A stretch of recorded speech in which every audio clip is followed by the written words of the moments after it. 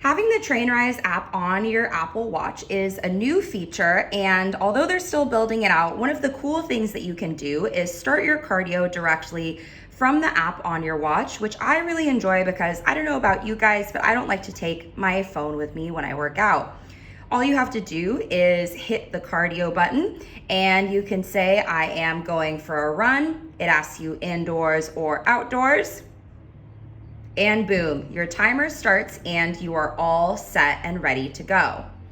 And then when you're ready to be finished, you can either hit the finish button or pause. Maybe you just need to take a breather. End activity.